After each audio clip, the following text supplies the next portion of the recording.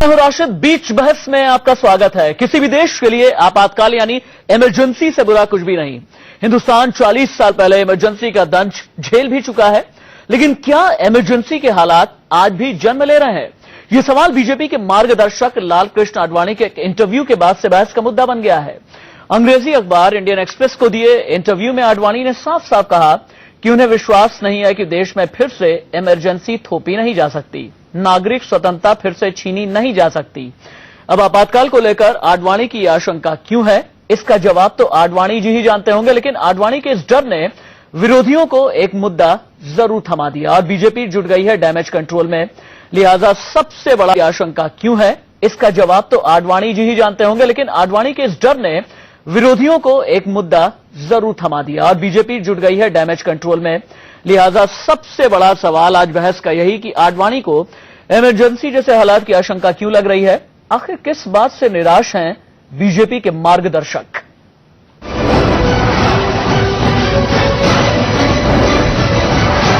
बात निकलेगी तो बहुत दूर तलक जाएगी, लोग बेवजह उदासी का सबब पूछेंगे। बहरहाल लाल कृष्ण आडवाणी की बात निकली है और बहुत दूर तक गई भी है और इसी पर हमारी आज की ये बड़ी बहस है।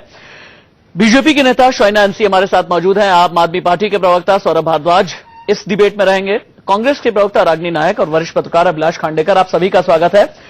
शोइना एमसी से वास्तविक तौर पर मेरा पहला सवाल यही होगा, शोइना, आडवाणी जी को क्यों लगता है कि देश में इमरजेंसी जैसे हालात दोबारा आ सकते हैं और इतने चिंतित आडवाणी जी एक शासक को लेकर के क्यों हैं?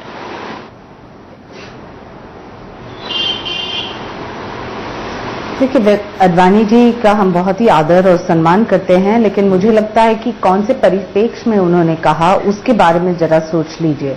जहां इंस्टीट्यूशंस की बात करते हैं उस दृष्टि से उन्होंने ये प्रतिक्रिया दी और मैं मानती हूं कि वरिष्ठ नेता होने के साथ साथ उनकी एक व्यक्तिगत राय, व्यक्तिगत मत हो सकती है कि वर्तमान के समय में बहुत सारे ताकतें मजबूत हो गई है, क्योंकि पहली बार हमने देखा है कि इंस्टीट्यूशन की दृष्टि से कभी कभार एक प्रश्न चिन्ह जरूर उठ सकता है, जो एक नैतिक जिम्मेदारी बनती है शासन प्रशासन का।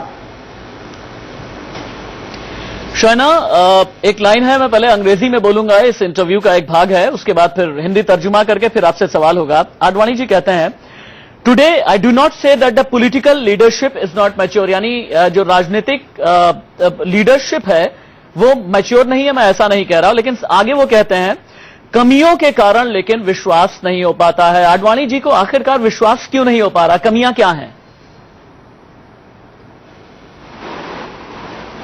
वो शायद इसका जवाब आडवाणी जी स्वयं दे सकते हैं। जहां तक पार्टी का सवाल है, मैं सिर्फ ये कहना चाहती हूं कि जरूर प्रजातंत्र और लोकतंत्र में अलग अलग राय प्रतिक्रिया हर एक व्यक्ति को देनी चाहिए, बल्कि देने के बाद मुझे लगता है कि it sends out a positive message कि आप कोई भी संस्था के प्रति टिप्पणी करना चाहे या फिर लेजिटिमेट वॉइस ऑफ डिसेंट करना चाहे, वो आपका व्यक्तिगत राय मत है, लेकिन we welcome this in a healthy democracy.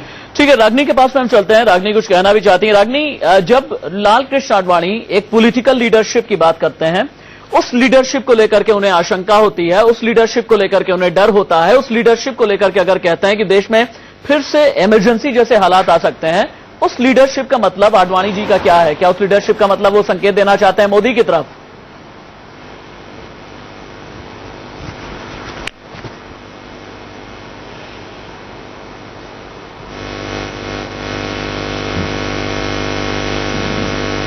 Ragini, आपकी आवाज मैं नहीं सुन पा रहा हूं। रागिनी, मैं आपकी आवाज नहीं सुन पा रहा हूं। हम ऑडियो ठीक कराते हैं, उसके बाद दोबारा आपसे हम जुड़ेंगे। रागिनी के पास हम जाएंगे, लेकिन इस बीच सौरभ भारद्वाज भी हमारे साथ में मौजूद है। सौरभ, अरविंद केजरीवाल को क्यों कहना पड़ा कि इमरजेंसी की शुरुआत दिल्ली से होगी? देखिए, एक तो आडवाणी जी का बहुत बड़ा पॉलिटिकल करियर रहा है, काफी सूझबूझ वाले राजनीतिक नेता हैं और उन नेताओं में से हैं जिन्होंने इमरजेंसी के हालातों को खुद अपनी आंखों से देखा है और खुद झेला है। आज का जो राजनीतिक नेतृत्व है, जिसको अंग्रेजी में उन्होंने पॉलिटिकल लीडरशिप कही, उनका इशारा मुझे लगता है केंद्र सरकार की लीडरशिप के प्रति है, जिसके पास निस्संदेह एक लंबा पॉलिटिकल एक्सपीरियंस तो है, मगर उसके अंदर कुछ ऐसी कमियां हैं, कुछ इंग्रेडिएंट्स ऐसे हैं जैसे तानाशाही की प्रवृत्ति मानी जाती है, घमंड की प्रवृत्ति मानी जाती है। उनकी एक लंबी हिस्ट्री रही है, लंबे उनके ऊपर आरोप लगते रहे हैं कि उन्होंने पुलिस को खास तौर पे अपने पॉलिटिकल प्रतिद्वंदियों को खत्म करने के लिए, डिस्ट्रॉय करने के लिए इस्तेमाल किया है। किस तरफ है आपका? जी, तानाशाह और घमंडी कौन है बताइए। जिस तरीके की सेंट्रल गवर्नमेंट की लीडरशिप है नरेंद्र मोदी जी की, उनके ऊपर लंबे समय से ये एक्यूजेशंस रहे हैं, उनके ऊपर आरोप लगे हैं कि उन्होंने एक पॉलिटिकल इस्तेमाल से पुलिस का इस्तेमाल किया है, अपने विरोधियों को खत्म किया है, स्टेट के अंदर रॉइट्स कराए हैं और झूठे बेबुनियाद पुलिस के एनकाउंटर्स कराए हैं। तो ये सारे इंग्रेडिएंट्स वो इंग्रेडिएंट्स हैं जिसके अंदर ये पता चलता है कि आप पुलिस को इंस्ट्रूमेंट बना के अपने पॉलिटिकल प्रतिद्वंदियों को खत्म करना आपका इशारा इमरजेंसी विशेष की तरफ है या वही इंग्रेडिएंट्स होते हैं।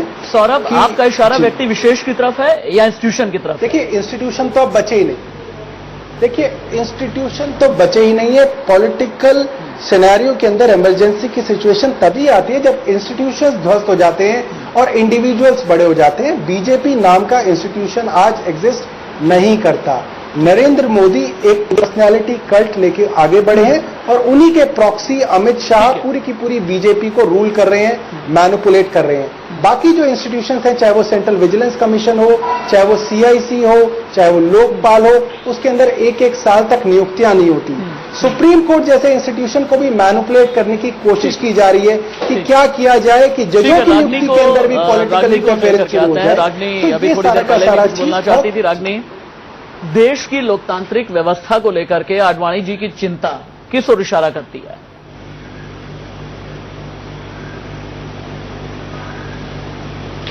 देखिए, भले ही बात राशिद अडवाणी जी ने इशारों में कही हो, लेकिन उनका जो मंतव्य था, उनका जो आशय था, वो बहुत ही स्पष्ट था। यूं तो मैं मानती हूं कि भारतीय लोकतंत्र पर जितना बड़ा आघात 1992 में बाबरी ध्वंस के समय हुआ, उतना ही बड़ा आघात 2002 में गुजरात के दंगों के वक्त भी हुआ था। और राष्ट्रीय स्वयंसेवक संघ कितना लोकतांत्रिक है ये भी हम जानते हैं। पर तत्कालीन टिप्पणी के ऊपर अगर बात करें तो मैं समझती हूँ दो व्यथाएं हैं अडवाणी जी की। पहली व्यथा तो उनकी व्यक्तिगत है। भले ही मार्गदर्शक मंडल के वो सदस्य हों, पर हम जानते हैं कि आज भाजपा सरकार का असली मार्गदर्शन अडानी जैसे तमाम बड़े उद्योगपति कर रहे हैं। दूसरी व्यथा जो है वो पूरी भारतीय जनता पार्टी की है, भाजपा सरकार की है और देश के लोगों की भी है। अब देखिए कि ऐसे प्रधानमंत्री हमारे हैं जो अपने मंत्रियों को अपने निजी सचिव की नियुक्ति भी नहीं करने देते। उन सभी मंत्रियों के आहार से लेकर विचार तक, उनके परिधान से लेकर व्यवहार तक सभी पर पैनी नियंत्रण की दृष्टि रखते हैं। जहां तक लोगों की बात है, मैं कहना चाहूंगी कि वो समझते हैं कि बहुमत का पर्याय होता है तानाशाही। एक ही व्यक्ति सारे सरकार के सारे पोर्टफोलियो संभाल रहा है। विदेश मंत्रालय जिसकी आजकल बहुत चर्चा हो रही है, उसी की बात कर लें। पिछले 365 दिन में स्पष्ट हो गया कि सुषमा स्वराज निर्वहन कर रही थी इस मंत्रालय की जिम्मेदारियों का, कि विदेश यात्राओं के जरिए मोदी जी कर रहे थे। इंस्टीट्यूशंस की बात की एमजे अकबर साहब ने। इंस्टीट्यूशन तो डिसमेंटल करी जा रहे हैं भाजपा के राज्य। आप मुझे ये बताइए कि जो स्वायत्तता थी शैक्षणिक संस्थानों की, वो कहाँ है? क्या वहाँ पर आरएसएस के लोगों का अपॉइंटमेंट नहीं हो रहा है? क्या बड़ी बड़ी संस्थाएं, सीवीसी हो गया, सीआईसी हो गया, तमाम इस तरीके के लोगों को, सीबीआई को अपने हाथों का मोहरा बनाने की कोशिश नहीं की जा रही है? आपका पॉइंट समझ लिया हमने। शोना, एक बात ये समझाइएगा, इस पूरे के पूरे इंटरव्यू में कहीं पर भी नरेंद्र मोदी का नाम नहीं लिया गया। फिर विरोधियों को ऐसा क्यों लगता है कि आडवाणी ने नरेंद्र मोदी को कटघरे में खड़ा किया? ऐसा क्यों है?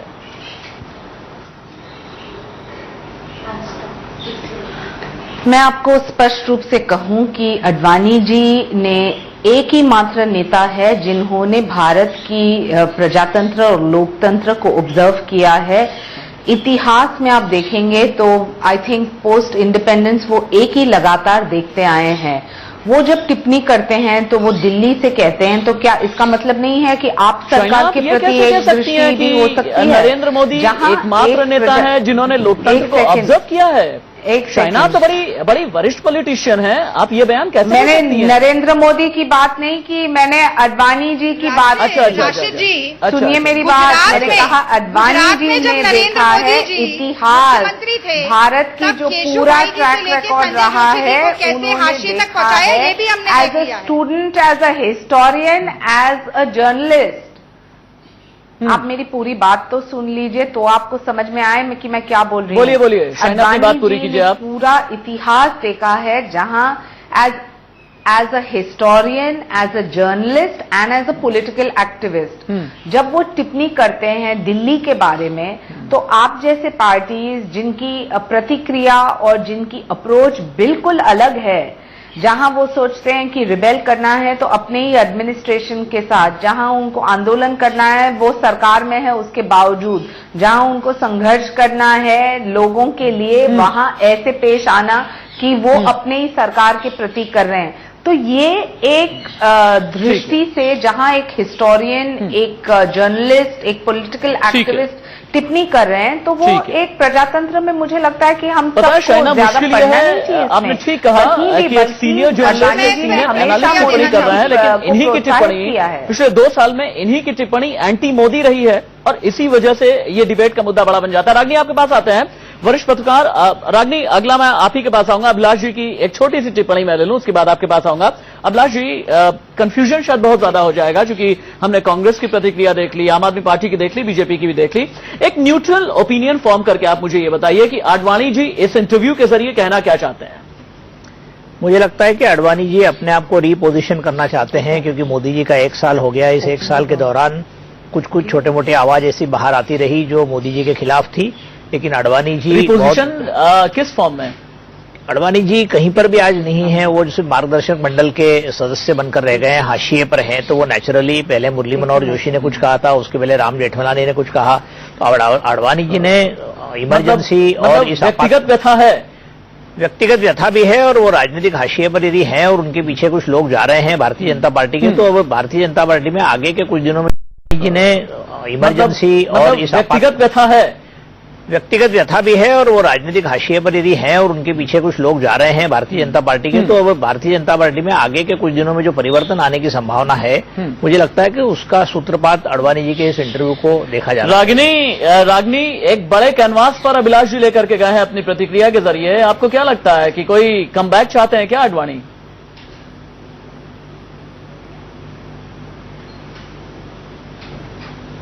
देखिए, हजारों ख्वाहिशें ऐसी कि हर ख्वाहिश पे दम निकले, बहुत निकले मेरे अरमान, लेकिन फिर भी कम निकले। अब हो सकता है उनकी व्यक्तिगत महत्वाकांक्षाएं हो, लेकिन अभी अगर कूचे शाइना से नहीं एनसी जी निकले की हैं, बात को ही इसलिए सच मान लिया जाए, अभी कि कूचे बहुत से नहीं बड़े निकले हैं, historian रागनी, के इसलिए रूप ये में वो लाइन एक बड़े परिप्रेक्ष्य में देख रहे हैं। एक मिनट देखिए, उसमें भी कोई बहुत ज्यादा कसर रह नहीं गई है। वो थोड़ा इस मामले में भारतीय जनता पार्टी एक कदम पीछे होगी बेआबरू करके कूचे से निकालने में। सौरभ भारद्वाज जी ने बड़ा लंबा भाषण दिया, लेकिन हमने उनकी पार्टी को भी देखा, भाजपा को भी देखा। जल्दी से छोटी सी 2 प्रतिक्रियाएं दूंगी। पहली बात, जब प्रधानमंत्री पद के उम्मीदवार थे आडवाणी जी, जो सबसे महत्वपूर्ण समय था उनके राजनीतिक करियर का, जब वो बहुत गरज के बोलते थे कांग्रेस पार्टी और मनमोहन सिंह जी के खिलाफ, तब भी उन्होंने ये बात नहीं कही कि भारतीय लोकतंत्र को खतरा है, इस लोकतंत्र को ध्वंस करने वाली ताकतें मजबूत हो रही हैं। लेकिन ऐसा क्या होता है कि मोदी जी के कार्यकाल के 1 साल बाद ही इतने बड़े हिस्टोरियन, इतने बड़े जर्नलिस्ट, इतने बड़े भाजपा के नेता को आकर ये कहना पड़ता है, इंटरव्यू में सार्वजनिक करना पड़ता है कि लोकतंत्र को ध्वंस करने वाली शक्तियां कमजोर हो रही हैं। नरेंद्र मोदी जी ने किस तरह से हाशिए पे केशु भाई जी से लेकर संजय जोशी तक को रखा था मुख्यमंत्री होते हुए, ये भी देखा था। टिप्पणी अरविंद केजरीवाल के प्रति सारे लोग संजय जोशी आज भी हाशिए पर कांग्रेस ये कहना चाहती है कि नरेंद्र मोदी का पॉलिटिकल उनकी लीडरशिप का जो प्रतिक्रिया दिल्ली के सरकार के लीडरशिप का जो इंग्रेडिएंट है, उसका इंग्रेडिएंट ये है कि इंस्टीट्यूशंस को हाशिए पर डाल दिया जाए और खुद राज किया जाए। ये विपक्षियों का कहना है। विपक्षियों का ये डर कितना तर्कसंगत है? शाइना, क्या मैं कुछ कह सकती हूँ? ये टिप्पणी है तो दिल्ली के सरकार के प्रति और अरविंद केजरीवाल के प्रति। जो आप विश्लेषण करना चाहते हैं आपके हित में, वो आप जानो। मैं सिर्फ ये कहना चाहती हूँ कि प्रजातंत्र में, लोकतंत्र में ऐसी बहस जरूर होनी चाहिए, जहां स्पष्ट प्रतिक्रिया देते हैं कि इंस्टीट्यूशंस को कमजोर न किया जाए, और ये एक पॉजिटिव सिग्नल है। और मैं आपको बताऊं कि भारतीय जनता पार्टी की सरकार है, तो हम क्यों चाहेंगे कि हम कोई भी टिप्पणी करें जब हम देख रहे हैं कि ट्रांसपेरेंसी, अकाउंटेबिलिटी के साथ केजरीवाल की तरफ इशारा किया है, आम आदमी पार्टी के और प्रवक्ता हैं, शुरुआत वरिष्ठ नेता दिल्ली सौरभ की भारद्वाज सरकार भी हमारे की साथ तरफ मौजूद से हैं। ये टिप्पणी है अरविंद केजरीवाल की। ठीक है, ये टिप्पणी है अरविंद केजरीवाल के लिए, ये आपने सीधे कह दिया है। सौरभ भारद्वाज, आप अब क्या रिबट करेंगे? हालांकि इसमें एक लाइन भी है Saurabh, it is something that must be put to the test in civil society we have only seen Anna Hazare mobilisation for the Lokpal in recent times but it has disappointed. यानी आडवाणी जी ने यह कहा है कि हाल के दिनों में सिविल सोसाइटी का मूवमेंट अन्ना हजारे, उसी ने आशा पैदा की, लेकिन बाद में जो भी आशा थी उसने डिसअपॉइंट कर दिया। सौरभ, सीधा इशारा अरविंद केजरीवाल की तरफ। जी देखिए, हाँ बिल्कुल बिल्कुल आडवाणी जी को हो सकता है कि इसके अंदर निराशा हाथ लगी है, मगर मैं फिर ये कहना चाहता हूँ कि देश के अंदर जो इंस्टीट्यूशंस हैं वो मजबूत रहें, ये लोकतंत्र के लिए बहुत जरूरी है। और जस्ट हम बड़ी आसानी से लोकतंत्र बोल देते हैं, बट मुझे लगता है कि लोकतंत्र को मजबूत रखना सभी की बहुत बड़ी रिस्पॉन्सिबिलिटी है। जिस तरीके से सेंट्रल गवर्नमेंट हर जगह उनके विरोधियों की स्टेट गवर्नमेंट्स को कमजोर करना चाहती है, चाहे वो ममता बनर्जी की गवर्नमेंट हो, चाहे वो नीतीश कुमार की गवर्नमेंट हो, चाहे वो अरविंद केजरीवाल की गवर्नमेंट हो, हर तरीके से कोशिश की जा रही है कि इन स्टेट गवर्नमेंट्स को केजरीवाल ने भी अपनी पार्टी में अभिलाष से मेरा एक सवाल होगा, उसके बाद नरेंद्र मोदी के अंदर देखी जा रही है। उसके बाद आपके पास आता हूं। अभिलाष जी, दो चीजें हैं, क्या आडवाणी जी ने मोदी सरकार या मोदी जी के लिए मुश्किल खड़ी कर दी? एक दो, दूसरा मुझे ये समझाइए, जो कहा जा रहा है बार बार कि इंस्टीट्यूशंस कमजोर हो गए, कौन सा इंस्टीट्यूशन कमजोर हुआ? एग्जीक्यूटिव कमजोर हो गई, जुडिशरी कमजोर हो गया, ब्यूरोक्रेसी कमजोर हो गई, इंस्टीट्यूशन कौन सा कमजोर हुआ? नहीं, मेरे हिसाब से कोई भी संस्था बहुत ज्यादा कमजोर नहीं हुई है। और आम आदमी पार्टी की बात मैं यहाँ करना चाहूंगा एक मिनट के लिए, कि स्वयं अरविंद केजरीवाल ने भी अपनी पार्टी में जितने भी अपने विरोधक थे सबको बाहर कर दिया।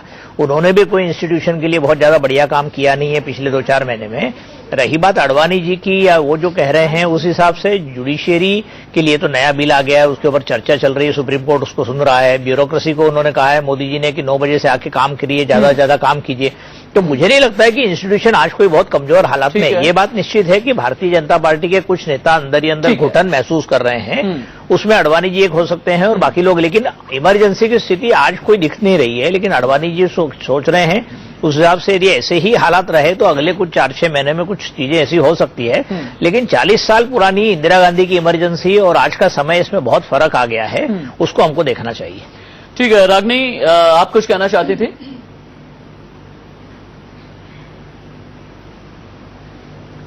देखिए, मुझे लगता है आडवाणी जी की टिप्पणी का साझा सरोकार था आम आदमी पार्टी से भी और भारतीय जनता पार्टी से भी। अब देखिए किस तरह से नरेंद्र मोदी जी दिल्ली में बार बार ये उदाहरण दे रहे हैं कि नारा लगाते हैं कोऑपरेटिव फेडरलिज्म का, लेकिन कोअर्सिव फेडरलिज्म की तरफ ज्यादा ध्यान है उनका। वहीं आम आदमी पार्टी जो कि एक वैकल्पिक राजनीति का उदय करने का वादा लेकर आई थी, उसने किस तरीके से जो जन आंदोलन है उसको कहीं ना कहीं अपने सत्ता के संघर्ष तक सिमट कर रख दिया है। ये भी हमें दिल्ली में देखने को बहुत अच्छे से मिल रहा है। तो मुझे लगता है कि सोचना दोनों पार्टियों को चाहिए कि क्या वादा किया था और कहां तक ले आए हैं आज दिल्ली की जनता को और भारत की जनता को। ये दाग दाग उजाला, ये शब गजीदा शहर था इंतजार जिसका, ये वो शहर तो नहीं। मुझे लगता है आडवाणी जी ये सोच रहे हैं दोनों पार्टियों के संदर्भ में। शाइना, एक बात ये समझाइएगा मुझे, चूंकि आपने खुद ही बताया कि इतने बड़े नेता, इतने बड़े पॉलिटिकल ऑब्जर्वर, इतने बड़े लोकतांत्रिक ऑब्जर्वर, आपने बताया इतने बड़े एनालिस्ट, बीजेपी उनकी बहुत ज्यादा इज्जत भी करती है, देश इज्जत करता है। अगर एक मार्गदर्शक पार्टी का, अगर एक मार्गदर्शक उसे इस तरह का खतरा लगता है, आपको लगता नहीं कि प्रधानमंत्री को उन्हें बुलाना चाहिए, पूछना चाहिए कि हाँ आप इतने चिंतित क्यों हैं, आपको ये खतरा क्यों लगता है? लेकिन खतरा किस वजह से? भारतीय जनता पार्टी और हमारे नेतृत्व के प्रति नहीं, बल्कि हमारे नेतृत्व की प्रशंसा की है आडवाणी जी ने बार बार। जो उनको लगता है कि एक नया परंपरा उठा है इस देश में और दिल्ली के इलेक्शंस के निमित्त उन्होंने एक व्यक्तिगत राय मत रखी है इंस्टीट्यूशंस को लेके, तो आपको जो गलत अंदाज लगाना है वो आपकी राय मत भी हो सकती है, लेकिन जहां तक पार्टी का राय है मुझे नहीं लगता है कि कोई भी टिप्पणी की आवश्यकता है। जब कोई जो इतिहास पढ़ के इतिहास को एनालाइज करते हैं हर एक दौर में, और उन्होंने यही करते गए हैं, क्योंकि हम सब जानते हैं कि दिल्ली में आपका शुक्रिया। माफी के साथ किस तरह चल आप रही कुछ है। कहना चाहते हैं और रागनी एक आप भी छोटी सी कुछ बात कहना जोड़ दूं चाहती अगर हैं? आपकी इजाजत हो। मुझे रागनी माफी चाहूंगा, मुझे ब्रेक लेना है, कमर्शियल ब्रेक लेना है। बहुत शुक्रिया आप सभी का हमारे साथ में बने रहने के लिए। कुल मिला जुला करके एक चीज समझनी होगी कि अगर लोकतंत्र या लोकतांत्रिक व्यवस्था को लेकर के आडवाणी जैसे नेता अगर खतरा उन्हें लगता है तो एक चीज देश को याद रखनी चाहिए कि हिंदुस्तान दुनिया का सबसे बड़ा लोकतंत्र है और इस व्यवस्था को खतरा कतई पैदा नहीं होना चाहिए। वक्त ब्रेक का हो चला है, कहीं मत जाइएगा, बस थोड़ा संसार के बाद खबरें